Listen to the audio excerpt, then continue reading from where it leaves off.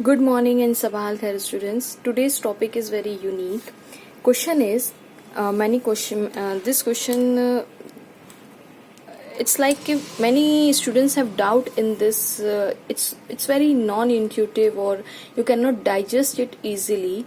The time period of a simple pendulum. This is my simple pendulum, which is given by this formula 2 pi under root of L over G, doesn't contains mass in it. मैं आपको और simple form में बताती हूँ. For example this is your pendulum. Okay, अब क्या करोगे आप यहाँ पे यू मेक ऑसिलेशंस और आप टाइम पीरियड कैलकुलेट करोगे with the help of this formula. अब अगर आपने मास डबल कर दिया तो फिर आपको टाइम पीरियड अलग मिलना चाहिए. आप ये सोचोगे नहीं जितना हैवी मास होगा उसको टाइम ज़्यादा कम जो भी आपको लगता हो, बट टाइम पीरियड में तो थोड़ा सा इफेक्ट आना चाहिए.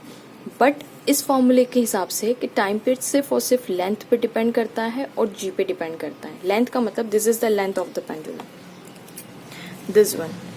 This is the length of the string, this is the length. Okay, ये अपनी क्या है, एक लेंथ है. तो ये लेंथ ऑफ योर स्ट्रिंग उसी पे डिपेंड करता है. मतलब आप स्ट्रिंग को लंबा करते हो, ये लेंथ को लंबी करते हो, छोटी करते हो तो टाइम पीरियड इफेक्ट होगा. लेकिन मास पे डिपेंड नहीं करता. अगर आप मास डबल कर दो, 4 गुना कर दो, 6 गुना कर दो, तब भी आपका टाइम पीरियड वही आएगा. Okay, given that l and g is same.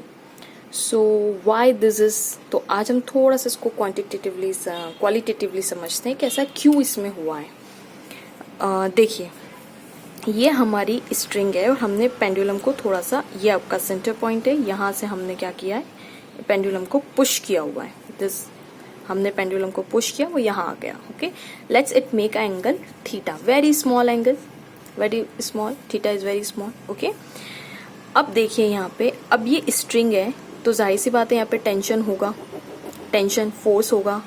कौन सा फोर्स होता है, टेंशन फोर्स, जो कि टूवर्ड्स द यहाँ पे लेंथ के यहाँ पे लगे. दिस इज ये है ना, टूवर्ड्स दिस पॉइंट.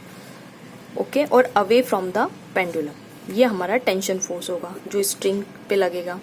प्लस ये बॉब जो है इसका मास mg डाउनवर्ड होगा, नो डाउट. इस बॉब का लेट से मास m है और वो कितना होगा, mg. अब अगर आप इस टेंशन को 2 कंपोनेंट्स में ब्रेक करते हैं, ये 2 कंपोनेंट्स में अगर आप ब्रेक करते हैं तो एक तो ये कंपोनेंट होगा. ओके,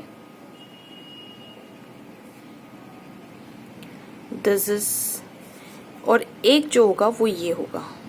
कौन सा कंपोनेंट, ये वाला कंपोनेंट.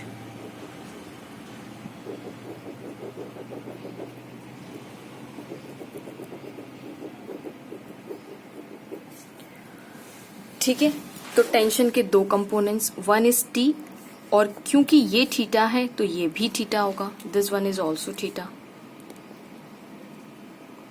ये भी थीटा होगा. देखिए z बन रहा है ना, ये यहाँ से z बन रहा है, अल्टरनेट इंटीरियर एंगल. तो इसका मतलब है ये कितना होगा, ये होगा आपका t cos थीटा और ये होगा आपका t sin थीटा. ओके, ये t आपका टेंशन फोर्स है, इस 2 कंपोनेंट में ब्रेक किया, एक t cos थीटा और t sin थीटा. अब आपका पेंडुलम ऊपर नीचे तो एक्सेलरेट कर नहीं रहा, अप एंड डाउन तो हो नहीं रहा, मतलब ऐसे और ऐसे ऐसे ऐसे वाई डायरेक्शन में तो एक्सेलरेट हो नहीं रहा है. इसका मतलब acceleration in y direction is 0. What does mean, that is acceleration in y direction is 0. तभी तो बॉब कहाँ जा रहा है, बॉब सिर्फ एक्सेलरेट कर रहा है ओनली इन एक्स डायरेक्शन. ये देखिए ऐसे ऐसे ऐसे ऐसे ऐसे एक्सेलरेट कर रहा है एक्स. वेरी स्मॉल थीटा आपको देना है. ओके, अब यहाँ पे अगर वो कर रहा है, मूव कर रहा है, ऑसिलेट कर रहा है, इसका मतलब एक्सेलरेशन मतलब बॉब अप एंड डाउन तो हो नहीं रहा. इसका मतलब ये हुआ कि t cos theta is equals to mg. Means ये component t cos theta mg को क्या कर रहा है, बैलेंस कर रहा है. ओके, और कौन सा फोर्स रिस्पॉन्सिबल है इस बॉब को ऑसिलेट करवाने के लिए, this force only t sin theta. ठीक है, और यहाँ पे जो सेंटर इस टूवर्ड्स द सेंटर, अब आप समझ सकते हैं स्प्रिंग में भी यही होता है. स्प्रिंग में क्या होता है, टूवर्ड्स द सेंटर हम हम ये काम करते हैं ना, if you remember, suppose this is the very relaxed spring of very relaxed length of the spring, और ये हमारा मास m है। अगर आप इसको यहाँ पे खींचेंगे और फोर्स लगाएंगे F यहाँ पे इस डायरेक्शन में, तो स्प्रिंग फोर्स, आपका फोर्स यहाँ पे और स्प्रिंग फोर्स कहाँ लगेगा, ये F डैश नाम दे देती हूँ, स्प्रिंग फोर्स आपका यहाँ लगेगा इस डायरेक्शन में, इस डायरेक्शन में आपका स्प्रिंग फोर्स लगेगा, जो वापस से आपके बॉब को खींचने की, आपके मास को वापस से टूवर्ड्स द सेंटर लाएगा। ठीक है, तो यहाँ पे भी देखिए वही वैसा ही कुछ है कि ये बॉब वापस से टी साइन थीटा की वजह से टूवर्ड्स द सेंटर आ रहा है, वापस से आ रहा है। इसका मतलब कौन सा फोर्स रिस्पॉन्सिबल है for oscillation in x direction, that is equals to t sine theta. यानी हम कह सकते हैं कि F is equals to t sine theta, मतलब आप टी साइन थीटा बढ़ाएंगे तो आपका फोर्स भी प्रोपोर्शनल मैं इसलिए बोल रही हूँ कि टी साइन थीटा जितना ज्यादा आप यहाँ पे ये फोर्स जितना ज्यादा, फोर्स भी उतना ही ज्यादा। ओके, एंड चलिए प्रोपोर्शनलिटी नहीं लगाते, हम बोलते हैं F is equals to t sine theta. बाद में हम F equals to m a ये सब चीज रखेंगे वहां पे, डोंट वरी। अब देखिए कि अगर फॉर एग्जाम्पल, अब यहाँ पे देखिए कि अब मैं ये कौन सा मास था मेरा, m मास था, एक ही मास मैंने रखा है। अब मैं इसी मास को कर देती हूँ डबल। अब मैं इसी मास को, अब मैं m की जगह यहाँ पे एक बॉब की जगह 2 बॉब रख देती हूँ। मतलब अब मेरा m कितना हो गया, let's say mass is double now, let's say mass is double.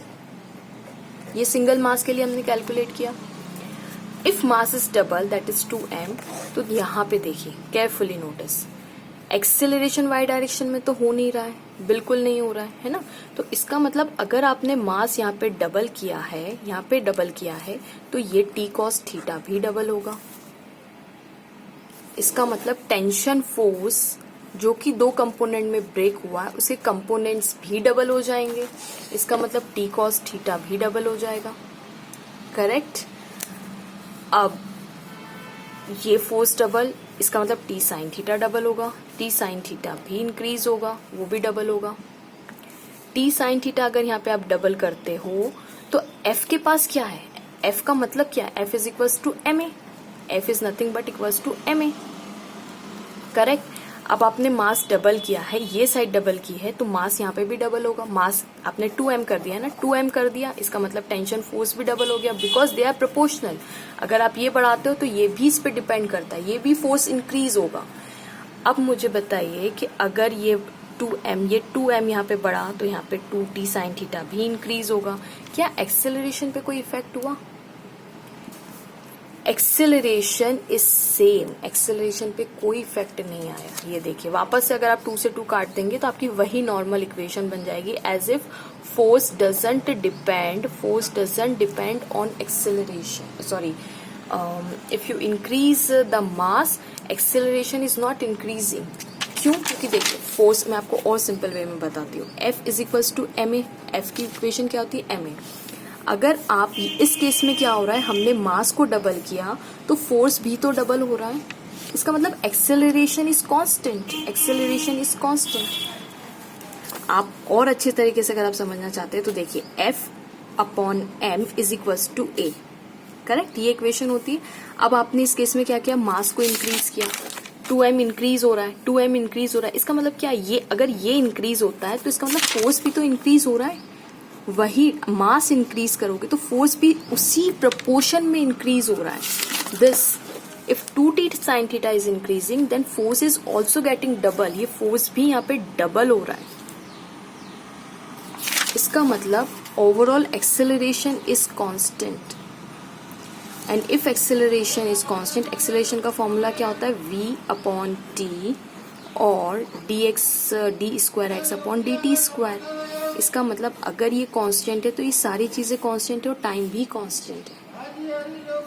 A constant so all things are constant. Amplitude पे तो आप जानते हैं डिपेंड ही नहीं करता, इस फॉर्मूले में एम्पलीट्यूड भी नहीं आता। इसका मतलब आप चाहे यहाँ से रिलीज करें या और थोड़ा सा, मतलब स्मॉल एंगल थीटा की बात कर रही हूँ मैं, आप 5 डिग्री पे रिलीज करें या 6 डिग्री पे रिलीज करें, आप थोड़ा सा यहाँ से एम्पलीट्यूड दे, इतना एम्पलीट्यूड दे, थीटा स्मॉल होना चाहिए, ठीक है, तो वो डिपेंड ही नहीं करता। और टाइम, अगर एक्सेलरेशन कांस्टेंट है इसका मतलब टाइम, बिकॉज ए और टी आपस में वो हो गए। इसका मतलब टी भी कांस्टेंट होना चाहिए तभी तो एक्सेलरेशन, अब एक्सेलरेशन कांस्टेंट, टी कांस्टेंट, तो इसीलिए यहाँ पे टाइम पीरियड में एक्सेलरेशन कांस्टेंट है, इसीलिए टी में आया ही नहीं है मास। बिकॉज अगर आप ये डबल करते 2t साइन थीटा, यानी आपका, आप वापस से मैं एक और बार समझाती हूँ, जिन बच्चों ने समझ लिया प्लीज स्किप इट, ओके। आप देखिए यहाँ पे, अगर आप मास को डबल करते हैं तो 2t साइन थीटा इंक्रीज होगा, है ना, बिकॉज एक्सेलरेशन इसको बैलेंस करना चाहिए, तो ये भी इंक्रीज होगा, ये आप इंक्रीज करेंगे तो ये भी प्रोपोर्शनल में इंक्रीज होगा, ठीक है। इसका मतलब टी साइन थीटा भी इंक्रीज होना चाहिए, और टी साइन थीटा किस पे डिपेंड कर रहा है, फोर्स पे डिपेंड कर रहा है। इसका मतलब अगर आप ये इंक्रीज करेंगे 2t साइन थीटा, इसको डबल करेंगे तो फोर्स भी तो डबल हो रहा है। इसका मतलब acceleration is constant, overall acceleration is constant, that's why time is constant. So thanks for watching.